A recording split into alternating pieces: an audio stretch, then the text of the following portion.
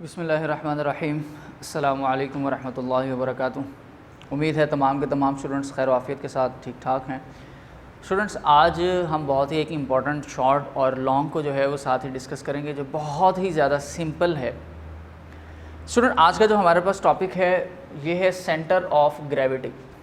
जैसे last time हमने topic में डिस्कस किया था सेंटर ऑफ मास, लेकिन आज हम लोग डिस्कस करेंगे सेंटर ऑफ ग्रेविटी को। और ये हमारा स्टूडेंट लेसन नंबर 19 है, चैप्टर नंबर 4 का। स्टूडेंट, सबसे पहले अगर हम अपने सेंटर ऑफ मास की बात करें प्रीवियस लेसन्स के लिहाज से कि how could we find the centre of mass of an object, तो स्टूडेंट हमने ये कहा था कि by applying a force on the different point of the object, that point when we applied a force on that point the body just move straight without any rotation. तो हमने ये कहा था कि ये उस बॉडी के डिफरेंट पॉइंट्स में से ऐसा पॉइंट है जिस पर अगर हम फोर्स अप्लाई करें तो फोर्स अप्लाई करने के बाद हमारा ऑब्जेक्ट बिल्कुल स्ट्रेट मूव करेगा without any rotation, without producing a torque in itself. तो हम लोग ये कंक्लूड करते हैं कि that is called the centre of मास। इसी तरह अब हम लोगों ने सेंटर का वर्ड तो नॉर्मली हमें अंडरस्टैंड हो जाता है कि ये बिल्कुल सेंटर पार्ट होगा, लेकिन अब हमने ये देखना है कि सेंटर ऑफ ग्रेविटी कैसे हो सकता है, हम इसको कैसे फाइंड आउट कर सकते हैं डिफरेंट ऑब्जेक्ट्स में या डिफरेंट शेप्स के अंदर। हम इंशाल्लाह प्रैक्टिकली भी इसको डिस्कस करेंगे। अच्छा स्टूडेंट, सबसे पहले अगर हम सेंटर ऑफ ग्रेविटी की बात करें तो सेंटर ऑफ ग्रेविटी के अंदर जो हमारे पास डेफिनेशन है उसको अंडरस्टैंड करने के लिए हम पहले इसकी एक एग्जांपल लेते हैं। जैसे फॉर एग्जांपल कि अगर फॉर एग्जांपल कि मेरे पास कोई एक बैग है और इस बैग के अंदर मेरे पास डिफरेंट ऑब्जेक्ट्स अवेलेबल हैं, जस्ट लाइक दिस कि मेरे पास डिफरेंट बॉल्स हैं। अगर आप स्टूडेंट यहाँ पर इन बॉल्स को अंडरस्टैंड करें तो ये आपको आइडिया हो जाएगा कि इंडिविजुअली जब हम लोग देखते हैं किसी ऑब्जेक्ट को कि centre of gravity of an object क्या है, तो आप ये ज्यूम करेंगे कि this is the central part of this object, this is another central part. यहाँ पर इस ऑब्जेक्ट की ग्रेविटी डाउनवर्ड एक्ट करती है, इस ऑब्जेक्ट पर ग्रेविटी डाउनवर्ड एक्ट करेगी। इसी तरह स्टूडेंट हर ऑब्जेक्ट पर डाउनवर्ड ग्रेविटेशनल फोर्स एक्ट कर रही है। लेकिन जब हम इसको एक कंप्लीट बैग की फॉर्म के अंदर देखते हैं तो इस बैग के लिहाज से हमने ये देखना है कि इस बैग का कंप्लीटली सेंटर ऑफ ग्रेविटी क्या है। तो स्टूडेंट आप ये याद रख लीजिएगा, इंडिविजुअली तो हर एक का सेंटर होगा, लेकिन जब इन सब को हम कंबाइन कर देंगे तो इनका जो इफेक्ट है वो आपके इस बैग के जो आपका एक लार्जर ऑब्जेक्ट होगा इसमें मौजूद पार्टिकल्स और इसके मास के बिल्कुल सेंटर में होगा। तो इंडिविजुअली सेंटर ऑफ ग्रेविटीज ये थे, लेकिन जब कंबाइन इफेक्ट में देखा तो ये इस कंप्लीट ऑब्जेक्ट के सेंटर में चला गया। और ये उस कंडीशन में है कि जब हमारे पास यहाँ पर तमाम के तमाम बॉल्स जो हैं वो फुलफिल्ड हों। अगर हाफ फिल्ड होंगे तो इट माइट बी पॉसिबल कि सेंटर ऑफ ग्रेविटी इनके सेंटर में रहे यहाँ तक सिर्फ। तो यहाँ पर स्टूडेंट हम अपनी इस एग्जाम्पल से डिस्कस करते हुए हम अपनी डेफिनेशन को कंक्लूड करेंगे, यानी a point where the whole weight, एक ऐसा पॉइंट जहाँ पर तमाम के तमाम चीज़ों का होल वेट एक्ट करता है और vertically act downward towards the gravitational force, towards the earth gravitational force. तो इसको हम नाम देंगे student, this is the point of centre of gravity. अच्छा, इसी तरह स्टूडेंट अब हमने ये देखना है कि फॉर एग्जांपल कि अगर मेरे पास डिफरेंट ऑब्जेक्ट आते हैं डिफरेंट शेप्स के, तो उनमें सेंटर ऑफ ग्रेविटी को कैसे फाइंड आउट किया जा सकता है। एक प्रैक्टिकली बहुत ही अच्छा जो है वो हमारे पास एग्जांपल इसमें मौजूद है। जैसे let's see that this is a rectangle, और अगर मुझे इस रेक्टेंगल का centre of gravity find out करना है तो मैं अप्रॉक्सीमेट वैल्यूज़ में एज्यूम करूँगा कि भाई यहाँ सेंट्रल पार्ट में आकर इसका सेंटर ऑफ ग्रेविटी होगा। लेकिन अगर मैं perfectly centre of gravity find out करना चाहता हूँ तो उसकी टेक्निक ये है कि जितनी भी परफेक्ट शेप्स होंगी, सर्कल, ट्रायंगल, रेक्टेंगल, स्क्वायर, इन सब में स्टूडेंट्स आप सिर्फ और सिर्फ ऐसा करेंगे कि इनके ये जो कॉर्नर्स हैं, इन वर्टिसेस को, इन कॉर्नर्स को स्टूडेंट आप आपस में मैच कर देंगे। जब आप कॉर्नर्स को वर्टिसेस को आपस में मैच कर दें तो स्टूडेंट ये जो सेंट्रल पॉइंट आपको मिलेगा, now this is the point where the whole weight of the body acts vertically downward. ये आपके पास आपका सेंटर ऑफ ग्रेविटी है।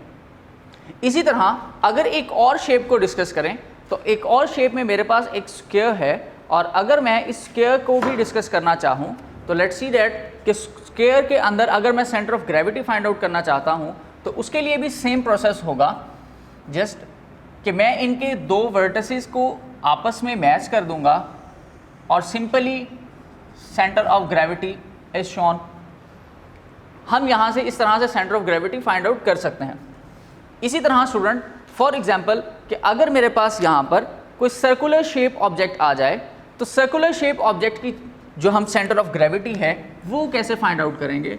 तो सर्कुलर शेप ऑब्जेक्ट में स्टूडेंट आप अपनी मर्जी से सर्कमफेरेंस के कोई से दो पॉइंट्स को आपस में मैच कर दें। आप डायमीटर ड्रॉ करें, जस्ट लेट्स सी मैंने एक डायमीटर ड्रॉ किया, सेकंड डायमीटर ड्रॉ किया, इसी तरह दो या दो से ज़्यादा आप डायमीटर्स ड्रॉ करें और उसके बाद ये जो आपको इंटरसेक्टिंग पॉइंट मिलेगा, this is a centre of gravity of this object. लेकिन स्टूडेंट यहाँ पर ये टेक्निक थोड़ी सी चेंज हो सकती है। हमें एक परफेक्टली जो है वो एक्सपेरिमेंटल वे पे आना पड़ेगा। अगर हमारे पास एग्जैक्ट शेप्स ना हो, यानी जैसे हमने डिस्कस किया these are the exact shapes, rectangle, square, इसी तरह स्टूडेंट पैरेललोग्राम, ये जो एग्जैक्ट शेप्स हैं इनके अंदर से तो हम सेंटर ऑफ ग्रेविटी आसानी से फाइंड आउट कर सकते हैं। लेकिन ऐसी शेप्स जिनकी एग्जैक्ट जो बाउंड्रीज हैं वो ना हो, एग्जैक्ट वर्टिसेस ना हो, एग्जैक्ट शेप्स ना हो, तो उसमें स्टूडेंट्स हम किस तरह से फाइंड आउट करेंगे, उसके लिए आज हम जो है वो अपना एक एक्सपेरिमेंट करेंगे। और ये हमारे पास एज अ लॉन्ग क्वेश्चन होगा, डिटेल के अंदर आपसे ये पूछा जा सकता है। क्वेश्चन कुछ इस तरह से आ सकता है स्टूडेंट, यहाँ लेमिना का मतलब अब आप अंडरस्टैंड कर लीजिएगा कि what is mean by the lamina shaped object. Student यहाँ पर लेमिना से मुराद हमारे पास ये है कि irregular shaped. What is mean by irregular shaped, irregular shaped object. Irregular shaped object किस तरह से हो सकता है, let's see students. Now this is an irregular shaped object जिसके बारे में इट माइट बी पॉसिबल कि आप एग्जैक्टली डिफाइन ना कर सकें कि ये कौन सा ऑब्जेक्ट है और इसकी शेप प्रॉपर क्या है। Now let's see how could we find the centre of gravity of this lamina shaped body with the help of an experiment. So to solve this experiment, to perform this experiment we need two basic things. The first one is a lamina shaped object and the second one is plumb line. Let's see what is meant by plumb line. The first two things that we need is lamina object.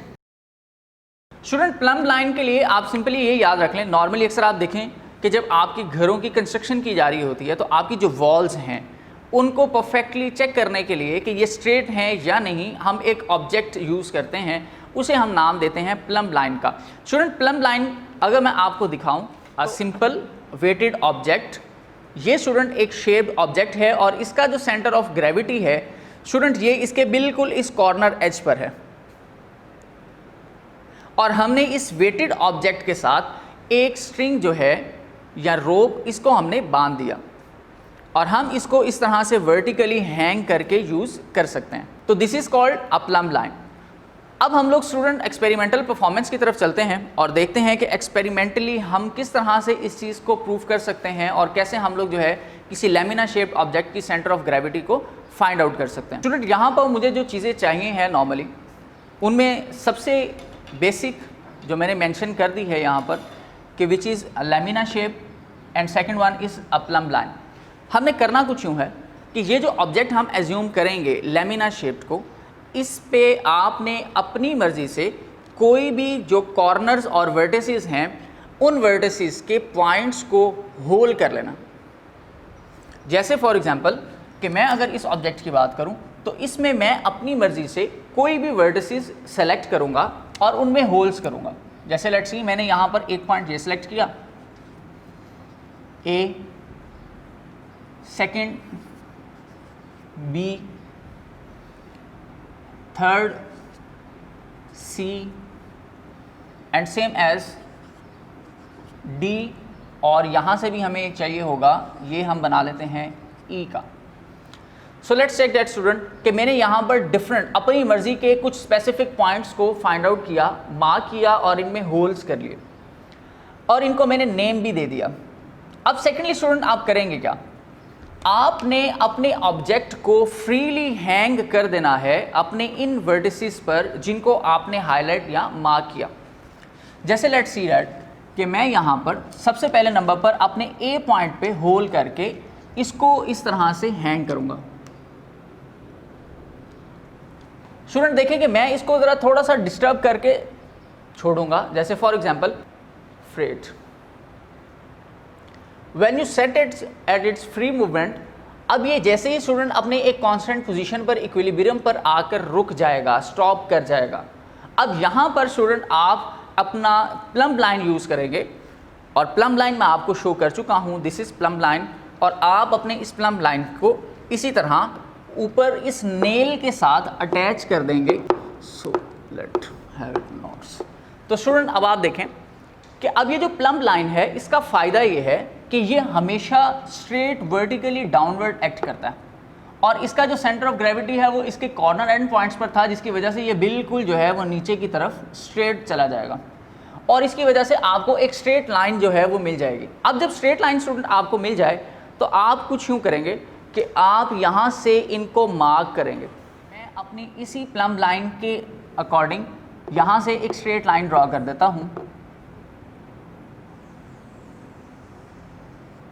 Yes this is student, मैंने एक line draw कर ली। अब same process आप second point के लिए भी choose करेंगे। एट पॉइंट बी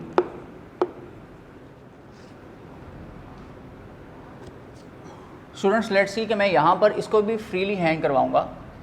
जब इसको हम फ्रीली मूव करवाएंगे ये एक पोजीशन पर आकर रुक जाएगा और जिस पोजीशन पर आकर रुक जाए उस पोजीशन पर आकर आपने अपनी प्लम्ब लाइन को फिर दोबारा से इस पर हैंग करना है और स्टूडेंट जैसे ही प्लम्ब लाइन इस पर आ जाए आपको एक स्ट्रेट लाइन मिलेगी और आप फिर स्टूडेंट अपनी स्ट्रेट लाइन के साथ ही इस सेंटर ऑफ ग्रेविटी के अकॉर्डिंग एक लाइन ड्रॉ कर देंगे। सेम प्रोसेस स्टूडेंट आप किसी और पॉइंट के लिए भी, फॉर एग्जांपल अब मैं यहाँ पर एक लास्ट पॉइंट चूज कर लेता हूँ और वो होगा सी पॉइंट। अब स्टूडेंट ये देखें जैसे ही मैं यहाँ से इसको भी फ्रीली मूव करवाऊंगा तो ये भी एक पोजीशन पर आकर रुक जाएगा और जिस पोजीशन पर आकर ये ऑब्जेक्ट हमारा रुक जाएगा वर्टिकली, हम स्टूडेंट यहाँ पर भी एक स्ट्रेट लाइन ड्रॉ करेंगे और ये स्ट्रेट लाइन स्टूडेंट हमारी कुछ इस तरह से होगी। और अब ये देखें कि आपको आपकी ये तमाम की तमाम डिफरेंट वर्टिसेस और पॉइंट्स पर लाइंस ड्रॉ करने के बाद आपको एक कॉमन पॉइंट यहाँ पर मिलेगा और वो कॉमन पॉइंट स्टूडेंट ये कहलाएगा हमारे पास सेंटर ऑफ ग्रेविटी और मैं इसको यहाँ पर मार्क कर रहा हूँ red corner as it is. तो ये प्रोसेस जो हमने शो किया स्टूडेंट, इस प्रोसेस के अकॉर्डिंग आप देखें कि डिफरेंट पॉइंट्स के ऊपर जब हमने लाइंस को ड्रॉ किया with the help of a plumb line तो हमें यहाँ पर स्टूडेंट क्या हुआ कि एक कॉमन इंटरसेक्टिंग पॉइंट मिल गया and this common intersecting point is called the centre of gravity of this lamina shaped object. तो स्टूडेंट आपका ये प्रोसीजर आपकी बुक के अंदर आपको आपके पेज नंबर 96 पर मिलता है, एक प्रॉपर 94 पर आपको डेफिनेशन मिलेगी सेंटर ऑफ ग्रेविटी की और पेज नंबर 96 पर स्टूडेंट आपको एक एक्सपेरिमेंट मिलेगा। ये कंप्लीट एक्सपेरिमेंट जो है स्टूडेंट आपने लिखना है। ये आपका लॉन्ग क्वेश्चन है जिसमें आपसे क्वेश्चन कुछ यूँ पूछा गया था कि find the centre of gravity of the lamina shaped object और उसके लिए आपने ये कंप्लीट जो है वो एक प्रोसीजर शो किया। तो आपने अपने इस प्रोसीजर को एक्सपेरिमेंट के अंदर डिटेल में लिख देना है और डायग्राम भी ड्रॉ कर देनी है। तो स्टूडेंट ये फिर आपका जो लॉन्ग क्वेश्चन था ये कंप्लीट हो जाएगा। एक्सपेरिमेंटल वे और परफॉर्मेंस से आपको ये भी क्लियर हो गया कि आपकी जो डिफरेंट लैमिना शेप्ड ऑब्जेक्ट्स हैं उनमें अगर आपने centre of gravity find out करना हो तो किस तरह से आप सेंटर ऑफ ग्रेविटी उन शेप्स और ऑब्जेक्ट्स की फाइंड आउट कर सकते हैं। तो उम्मीद है स्टूडेंट आपको आज का टॉपिक क्लियर हो गया होगा। मुझे इजाज़त दीजिए, इंशाअल्लाह मुलाकात होगी अपने नेक्स्ट लेसन के अंदर, जिसमें हम इंशाअल्लाह ताला इक्विलिब्रियम को डिस्कस करेंगे, इक्विलिब्रियम की कंडीशंस को डिस्कस करेंगे। तब तक के लिए इजाज़त दीजिए, अल्लाह हाफ़िज़।